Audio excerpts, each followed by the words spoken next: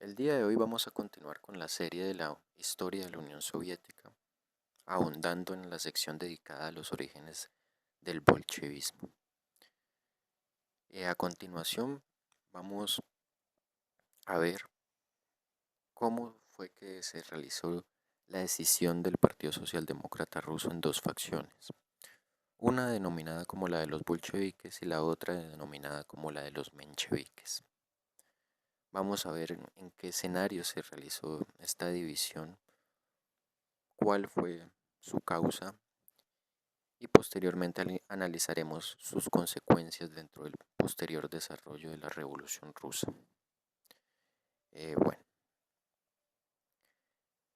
como vimos en el video pasado, en los videos pasados, el primer congreso del Partido Socialdemócrata Ruso se realizó en Minsk en 1898. Este congreso no logró su cometido de configurar un verdadero partido revolucionario, puesto que las organizaciones que se reconocían como socialdemócratas en tal año no tenían una relación vinculante entre ellas, solo compartían entre sí el nombre socialdemócratas, ¿verdad? Vamos a ver que el verdadero congreso fundacional de este partido se dio en 1903. En videos anteriores mencionaba este congreso, pero hoy vamos a ahondar sobre el desarrollo del mismo. Bueno, gracias al trabajo preparatorio realizado por el periódico Ishkra, cuyo desarrollo también tratamos en videos anteriores. Gracias a tal trabajo, en 1903 se pudo congregar este congreso, primero en la ciudad de Bruselas y luego por temor a persecuciones en la ciudad de Londres. Como mencionaba, fue este el verdadero congreso fundacional del Partido Socialdemócrata Ruso y fue el escenario de la escisión que se dio entre bolcheviques y mencheviques. Escisión que comienza en este congreso en 1903 y terminará de culminarse en 1912. A este congreso asistieron delegados de 25 organizaciones socialdemócratas. En total hubo 43 delegados, 14 de ellos con voz pero sin voto y 30 con plenos derechos, es decir, con voz y voto. Estos 30 delegados componían la mayoría del Congreso y todos pertenecían al denominado Grupo Ishkra, es decir, eran miembros del partido que estaban asociados con este periódico que, como veíamos antes, pues traducía al español Chispa, ¿verdad?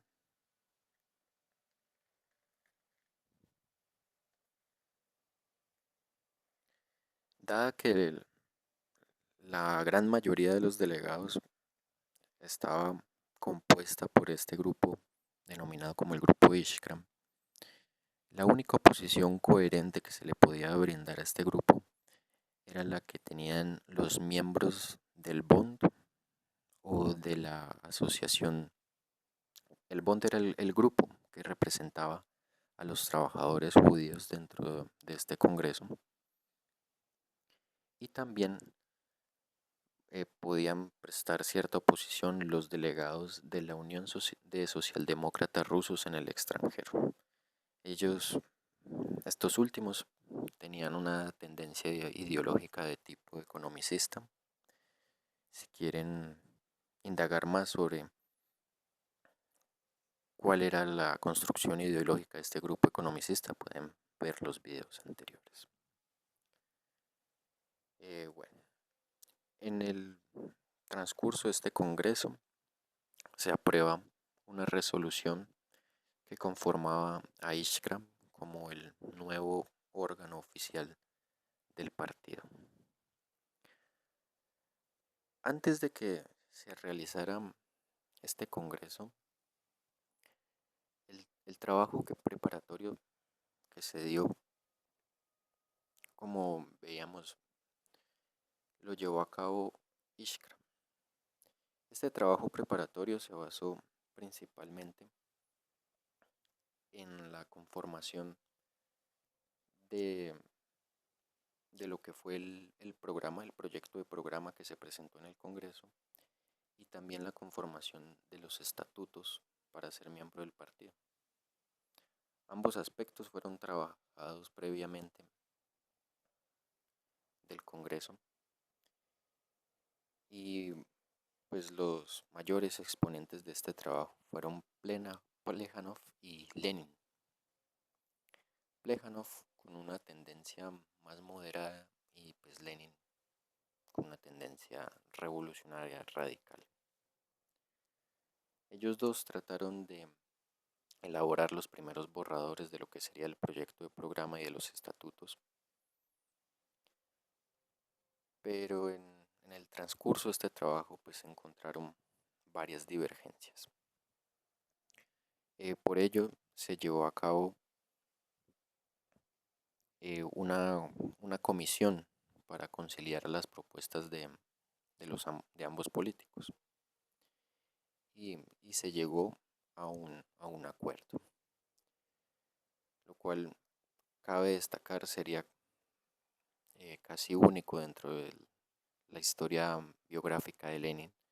Fue esta vez casi la última en la que él conciliaría algo en el plano teórico. Y el acuerdo se basó en lo siguiente. Lenin incluyó dentro del programa, gracias a esta conciliación, una visión menos radical sobre el ritmo que llevaría en Rusia a un desarrollo capitalista, que se concebiría como la antesala de una revolución socialista. Es decir, gracias a esta conciliación, Lenin, desde el plano teórico, concibió que el ritmo que llevaría a Rusia a un desarrollo capitalista sería menos acelerado de lo que en un inicio pensó. A cambio pues, de esta concesión, Lenin consigue la inserción de una reforma agraria moderada, totalmente ausente en el borrador presentado por Plejánov. Este proyecto de programa fue publicado por Ishka el 1 de junio de 1902 y como venía diciendo, pues fue puesto a la evaluación de los delegados del Congreso en 1903. Este proyecto de programa tenía dos partes, una teórica desarrollada por Plejánov y otra más técnico-práctica desarrollada por Lenin. En la parte teórica, en seguimiento de las teorías marxistas, se desarrollaba la premisa de que en Rusia el capitalismo burgués había llegado a un desarrollo técnico tal que iba a acrecentar las contradicciones de clase, las cuales serían pues como el caldo de cultivo idóneo para que el proletariado capturara el poder político por medio de la dictadura del proletariado. Tal dictadura se estableció dentro del proyecto de programa y fue la primera vez en la historia en la que este término de dictadura del proletariado se establecía como un objetivo dentro de un programa político. Dentro de la parte técnica podemos ver que se planteaban objetivos inmediatos a realizar justo después de la caída de la autocracia, ¿no?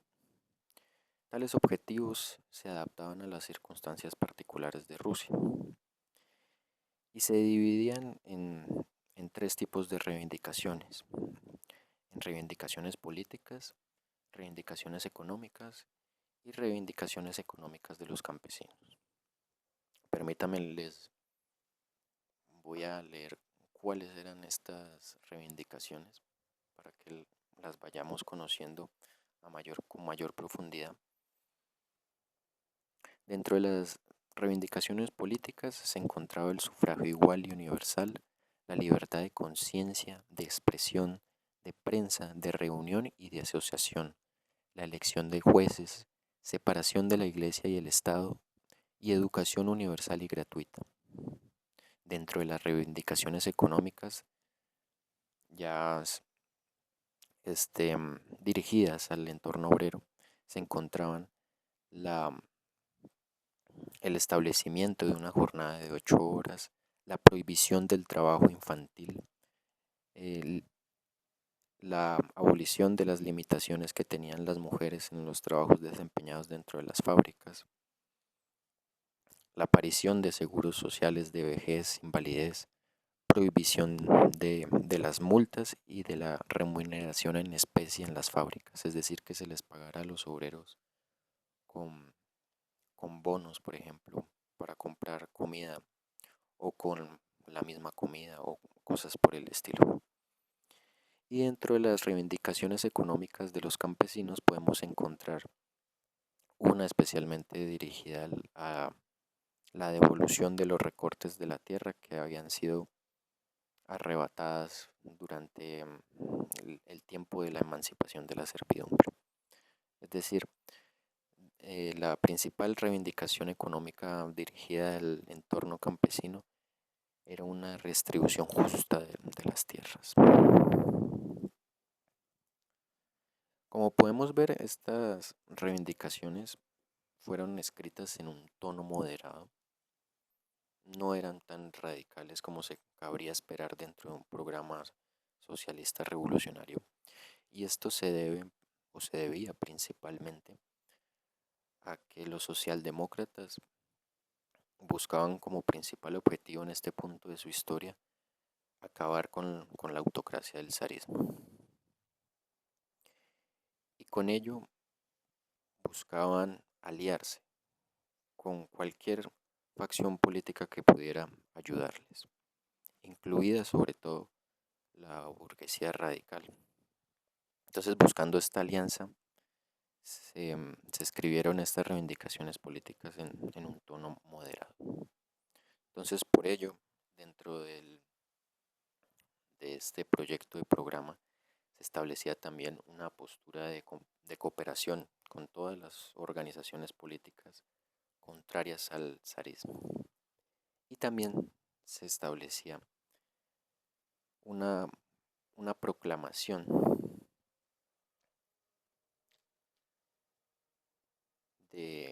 o se establecía la proclamación de una Asamblea Nacional Constituyente justo después de que se derrocara la autocracia. Es decir, los socialdemócratas estaban dispuestos a desarrollar un entorno democrático después de que se acabara con la autocracia. Bueno, ya volviendo al Congreso de 1903, allí podemos identificar que se dio una controversia en torno a los estatutos del partido. Dicha controversia fue la que fue perfilando la diferenciación entre bolcheviques y mencheviques.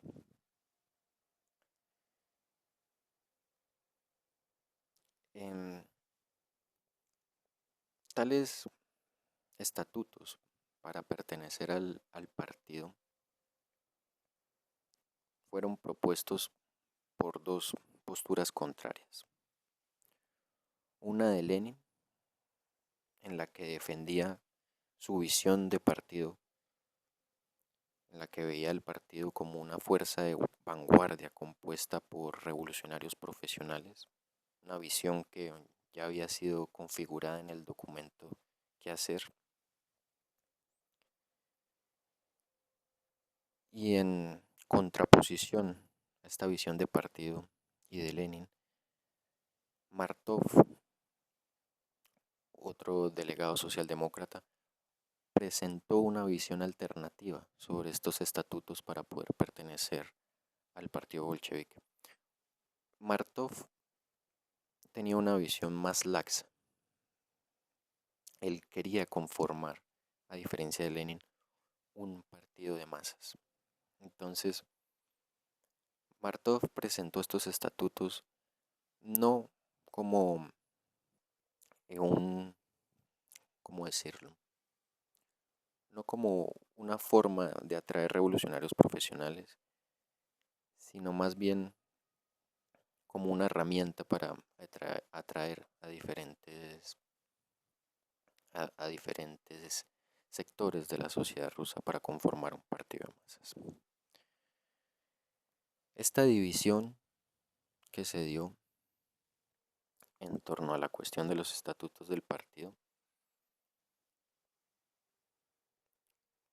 se dio en los siguientes términos. Los que apoyaron a Lenin se los denominó como los ishkristas duros y los que apoyaron a Martov se los denominó como los ishkristas blandos.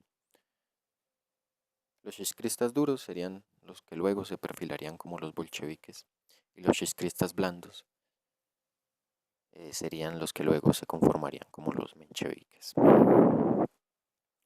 Finalmente, en el Congreso se adoptó una serie de resoluciones. La primera de ellas eh, establecía un consejo de redacción dirigido por Ishkra. Ishkra, desde ese entonces, estaría planteado como un organismo que garantizaría la unidad de los principios ideológicos del partido. Dentro de las otras resoluciones se designó la creación de un comité central encargado de administrar las actividades de las organizaciones locales.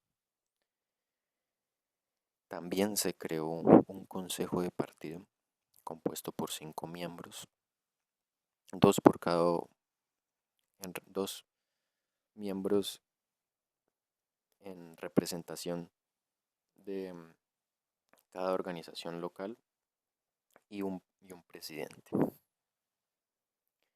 Y también se estableció la creación de un órgano supremo de control que respondía solo a los congresos de partido que se celebrarían cada 2 años.